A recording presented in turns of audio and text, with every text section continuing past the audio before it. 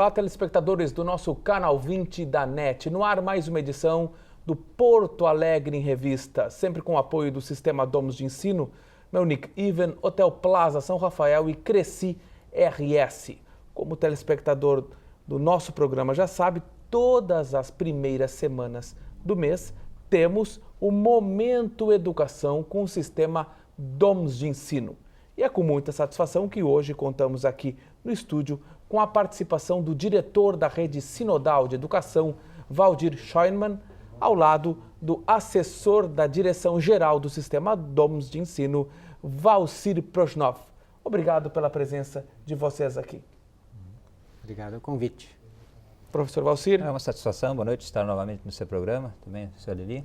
E hoje o professor Valdir esteve em visita ao Domus, e é uma das atribuições que o diretor tem da Rede Sinodal, também de passar pelas escolas da Rede Sinodal, e o professor Belmiro, que é o diretor-geral, fez um convite se ele pudesse vir e falar um pouquinho aqui para os telespectadores, especialmente de Porto Alegre, sobre um pouco mais sobre a Rede Sinodal. Nós seguidamente falamos aqui de atividades que nós desenvolvemos na nossa escola, que integram o calendário de eventos da Rede Sinodal. Só para citar dois, nós tivemos uma semana, no final de semana aqui, um dos eventos que envolve alunos, que é o encontro de conjuntos instrumentais. Reunimos aqui 9 escolas, 170 alunos, todos instrumentistas que vivenciaram música intensa, de sexta-feira até domingo, meio-dia. E agora, no final do mês de setembro, nós vamos ter a amostra de teatro, também de estudantes de escolas da Rede Sinodal, então tem, na verdade, mais sedes. Então, é só para iniciar um pouco o assunto, uma introdução, como é que nós estamos, de alguma forma, sempre envolvidos com a Rede Sinodal, e o professor Valdir ele vai falar um pouco mais sobre este trabalho todo. Professor Valdir, um pouco da história da Rede Sinodal. A Rede Sinodal de Educação, ela tem, na verdade, uma história extremamente longa e muito pouco conhecida. A nossa instituição mais antiga da Rede Sinodal, ela é de 1826. O Instituto Rio Branco, em São Leopoldo, é a nossa instituição mais antiga que integra hoje a Rede Sinodal de Educação. E então estamos aí, na próxima década, a nossa primeira instituição completará 200 anos de existência. E esta organização, em termos de rede, ela iniciou antigamente na década de 30, em que nossas escolas espalhadas, que eram muito mais numerosas do que hoje, espalhadas especialmente pelo sul do Brasil, elas começaram a se organizar em uma forma de associação. Hoje, a Rede Sinodal de Educação ela é integrada por 53 instituições no Brasil, onde 40 estão localizadas aqui no estado do Rio Grande do Sul, 8 no estado de Santa Catarina, 3 no estado do Paraná, uma em São Paulo e uma no Mato Grosso. A Rede Sinodal de Educação ela se caracteriza pelo vínculo com a nossa instituição maior, que é a nossa igreja, com a Igreja Evangélica de Confissão Luterana no Brasil. Nós somos com ela identificadas em termos de princípios teológicos, pedagógicos, filosóficos, nós estamos vinculados à nossa igreja. E hoje nós temos nesse conjunto de instituições 38 mil alunos e nós temos 3.200 professores e 2.100 colaboradores de apoio, que nós denominamos todas as outras pessoas que atuam nas nossas instituições. Em quantas cidades temos a Rede Sinodal instalada? A Rede Sinodal hoje ela está instalada em 40 municípios como instituições filiadas. Contudo, nós temos ainda uma atuação em 15 outros municípios em que estas filiadas possuem unidades. Por exemplo, a maior dessas instituições vinculadas à Rede Sinodal de Educação é o Centro de Ensino Médio Pastor Domus, que possui unidades em mais municípios do que apenas aqui na cidade de Porto Alegre. Então, mas perante a Rede Sinodal de Educação, o Centro de Ensino Médio Pastor Domus é uma filiação. E o Tecnodomus, que é a área do ensino superior, ele é uma segunda filiação junto à Rede Sinodal, mas ele possui muito mais unidades. Então, na verdade, nós somos integrados por 53 instituições, porém temos 85 unidades de ensino espalhadas no país. Bom, vocês são conhecidos tanto o Sinodal como o Domus, mesmo aqui em Porto Alegre, por todo um trabalho na área da cultura, do esporte, do lazer, enfim, até viagens de conhecimento, a questão da língua, né? O que vocês têm agora na área do esporte e do lazer para nos apresentar? Na verdade, assim, a Rede Sinodal ela se caracteriza muito por estas atividades que nós denominamos extra classe, né? Atividades complementares nas nossas instituições, e temos uma longa tradição nisto. A nossa mais antiga é a Olimpíada Nacional da Rede Sinodal de Educação na área do esportes, cujo início foi em 1954. E neste ano, agora, no início de outubro, acontecerá a nossa 49ª edição, sediada pela nossa afiliada Colégio Sinodal em São Leopoldo. E neste ano será na área dos jogos coletivos, do basquete e do vôlei. Nós sempre temos intercalado, no outro ano, próximo ano, será de atletismo e xadrez. Então é uma atividade que reúne hoje em torno de 600 atletas. Neste ano nós vamos ter 600 atletas oriundos de 16 destas nossas 53 instituições diferentes. Mas não é apenas no esporte que nós temos uma tradição. Nós temos, por exemplo, no teatro, que o professor Valcir citou antes, nós estamos também já na 36ª, 37ª edição da nossa mostra de teatros, dos alunos de ensino médio, que é uma atividade muito interessante. Depois nós temos na área da música, que o professor Valcir também citou, Casualmente o Centro de Ensino Médio Pastor Domo está sendo sede neste ano dessas duas. E como nós temos um conjunto grande de escolas que participam desses nossos eventos para o corpo discente nestas áreas, nós temos mais de uma sede. Então, por exemplo, no teatro nós hoje trabalhamos com 3 sedes diferentes e na área da música com 2 sedes diferentes. Então, esta é uma parte toda da dança, incluindo ainda a dança, uma atividade nova que nós criamos nos últimos tempos, que é a mostra de vídeos, produzidos pelos alunos nas nossas escolas, extremamente interessante, que agora já está na 5ª edição. Nós temos um fórum de educação profissional, que é uma mostra de trabalhos científicos da área da educação profissional. Então, temos um leque que nós temos de atividades conjuntas para o corpo discente. E aí, mas uma coisa, Sagreira, se me permite, sempre o que me interessa muito nas instituições, perguntar o seguinte, e a questão das bibliotecas? Porque nós sabemos que muitas instituições deixaram de dar uma atenção, talvez um pouco engolfadas pelas novas mídias, mas a biblioteca não é uma questão fundamental no ensino e a aprendizagem de uma instituição? Eu vejo assim como acontece no DOMS, acontece nas demais escolas da Rede Sinodal. Nós temos por princípio sempre motivar os alunos à leitura. O nosso aluno ele deve ler bastante, então todas as escolas da Rede Sinodal praticamente possuem projetos internos que motivam o aluno à leitura. Nós, por exemplo, no DOMS temos o projeto Aluno Leitor. Então o aluno ele precisa ler alguns livros de forma obrigatória, porque é feito um trabalho mais direcionado, que o professor pode fazer uma atividade mais pensada e planejada, e também tem as outras leituras que são livres. Os alunos desde cedo, desde a educação infantil, eles frequentam as bibliotecas. Semanalmente eles vão à biblioteca, retiram seu livro, leem em casa, para o pai e para a mãe ler. Eu fiz isso em casa com os meus filhos, agora tenho o mais novo, no 2º ano dos pequeninhos, toda semana ele vem para casa com um livro, a gente lê e vivencia isso, e acompanha todo o processo da aprendizagem da leitura. E isso faz parte e é uma forma de envolver também os próprios pais ou responsáveis por esses primeiros passos que a criança dá na leitura.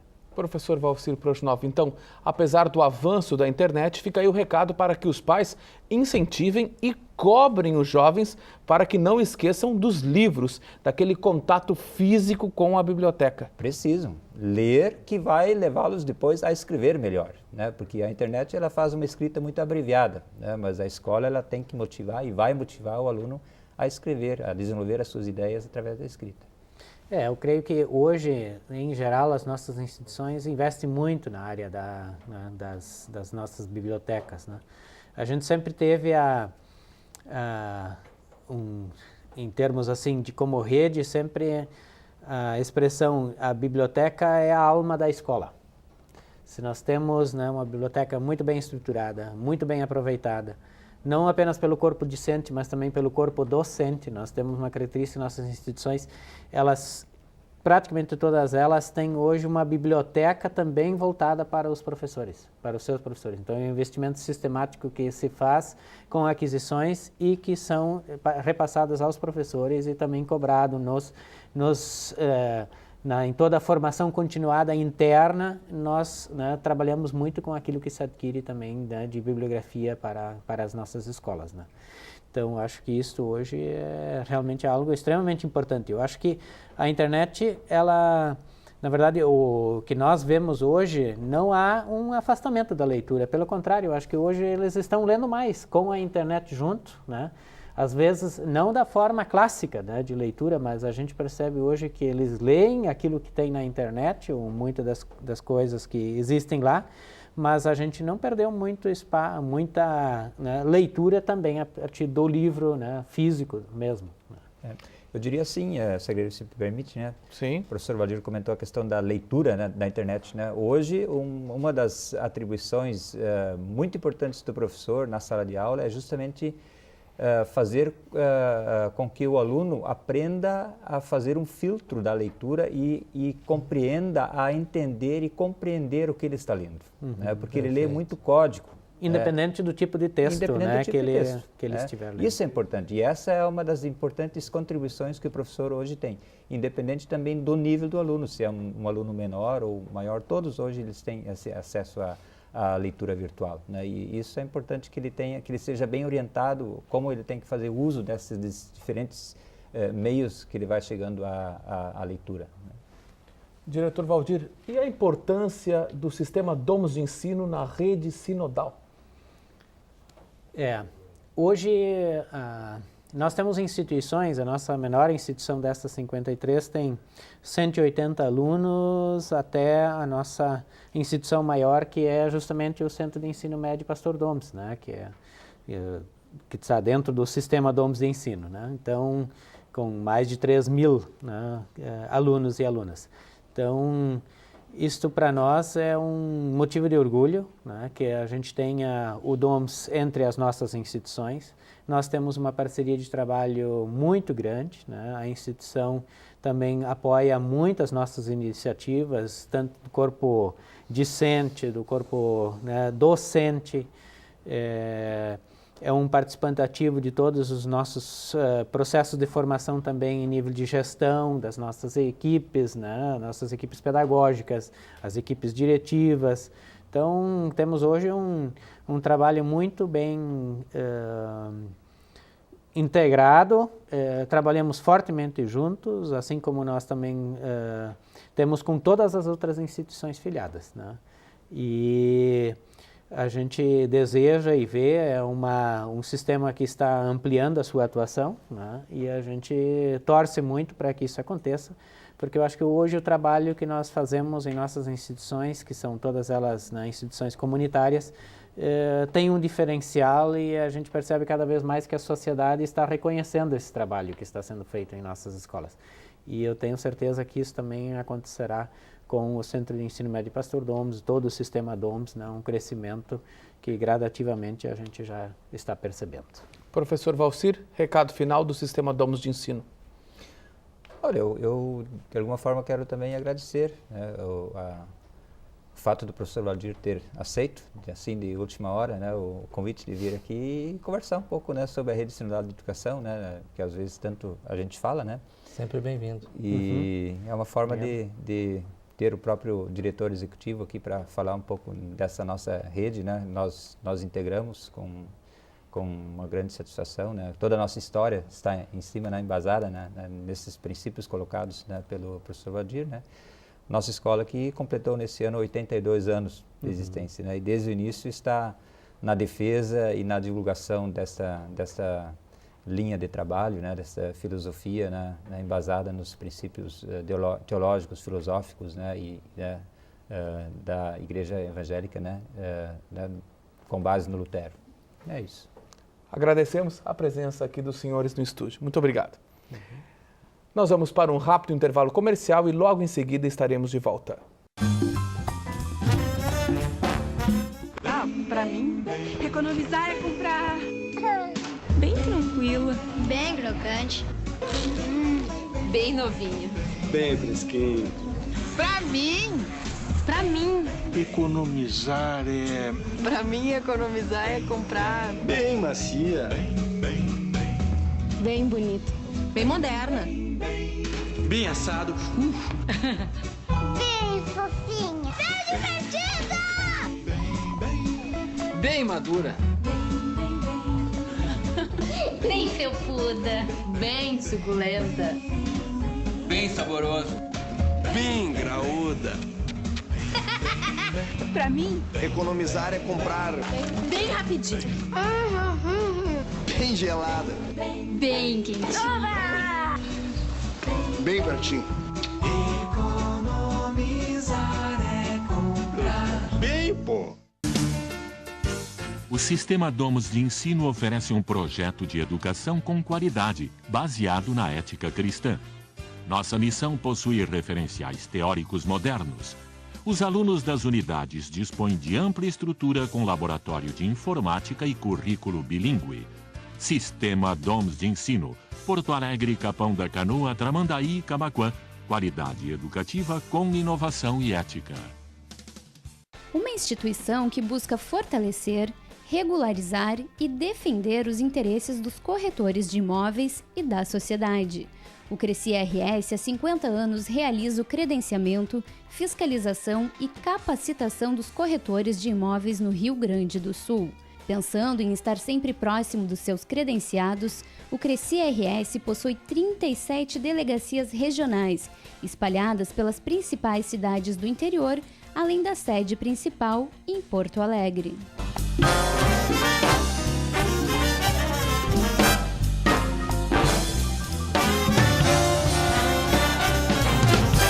Retornamos com o nosso Porto Alegre em Revista para o Sistema Domus de Ensino, meu Nick Even, Hotel Plaza São Rafael e Cresci RS, nosso programa que está no ar 7 vezes por semana, edição inédita, quintas-feiras às 10 da noite, com mais 6 reprises em horários alternativos na grade de programação da NET Cidade Canal 20. O nosso entrevistado neste segundo bloco é o presidente da Associação dos Procuradores do município de Porto Alegre, Armando José da Costa Domingues. Eu peço para que o nosso comentarista Delicel faça a apresentação do Dr. Domingues. Eu vou começar a pedir para o nosso telespectador atentar para o nosso programa em geral, que tem tratado de temas bem variados da cidade. Agora, uma cidade ela não funciona sem algumas de suas estruturas. Na prefeitura tem que dar um papel especial à Procuradoria-Geral do município.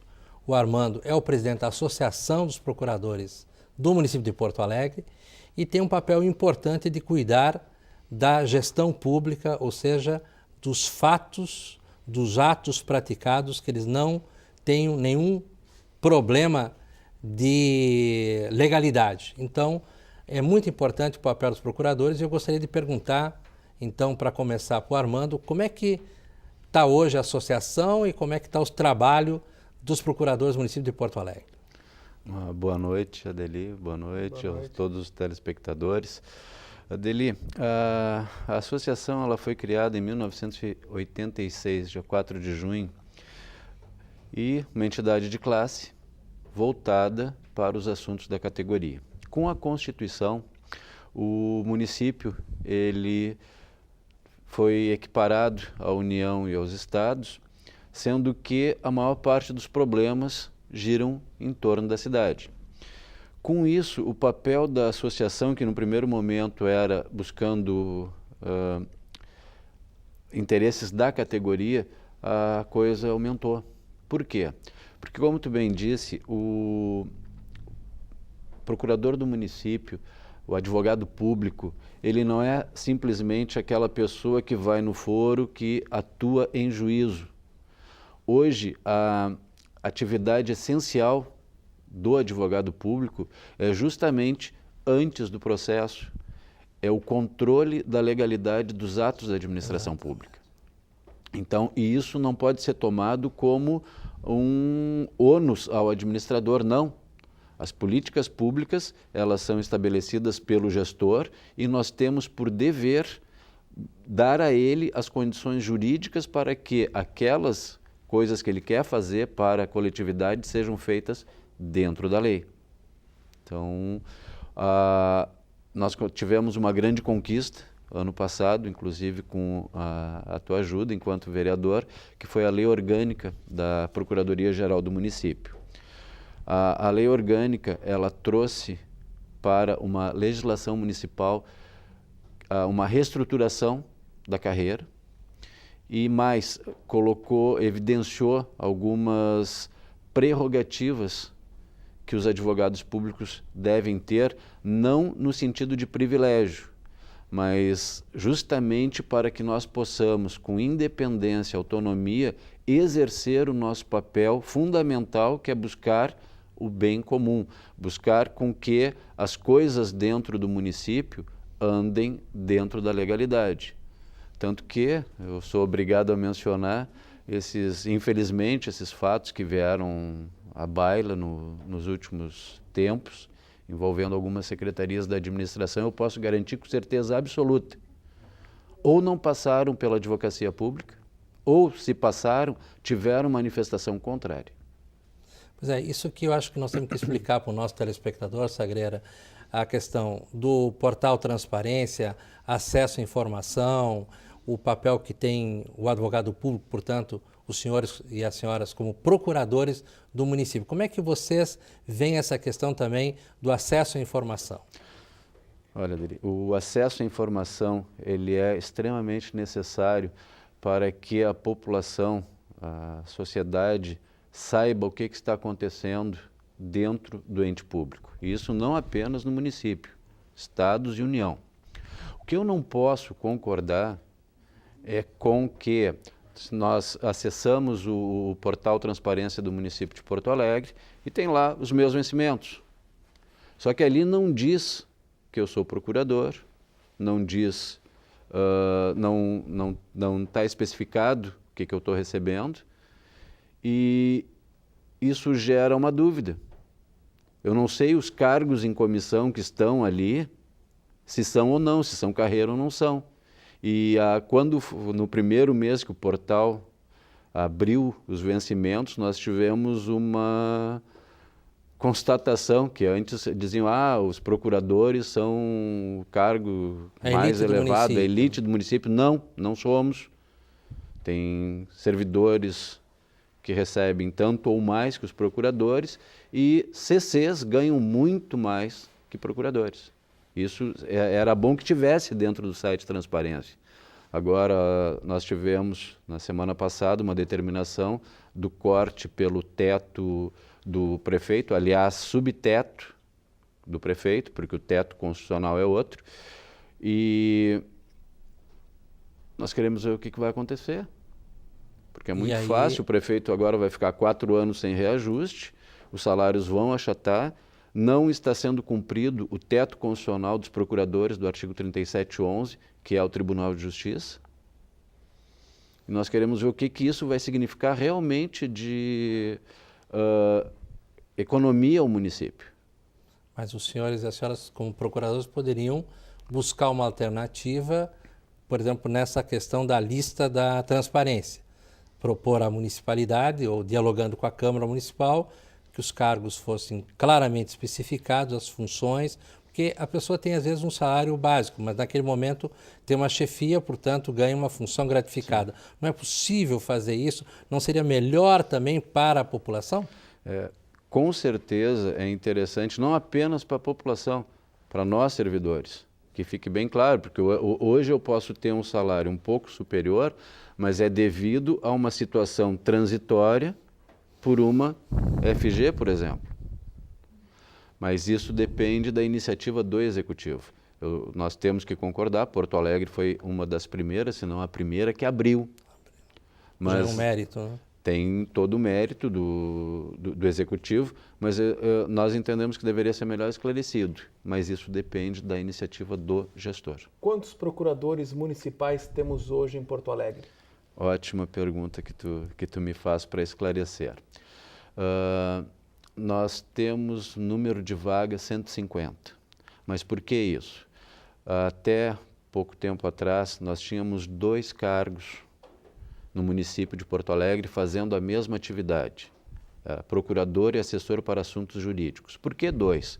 Porque em 1988, com a Constituição, quando foi criada a Procuradoria, nós tínhamos assessores e foi dada a opção deles irem para uma nova estrutura, que era a Procuradoria, com o nome de procuradores. Alguns acharam melhor ficar na origem, nas secretarias, então ficaram procuradores e assessores. Com o passar do tempo, a atividade acabou sendo a mesma, tanto na parte de consultoria quanto na judicial, vencimentos iguais. Então, com a lei orgânica, nós unificamos, transformamos os 2 cargos num novo cargo, e isso deu o número, na soma do que tinha de assessor para assuntos jurídicos com procuradores, deu 150, soma total de vagas, hoje nós devemos ter uns 135, 140 na ativa. 30 segundos para sua manifestação final, Dr. Domingues.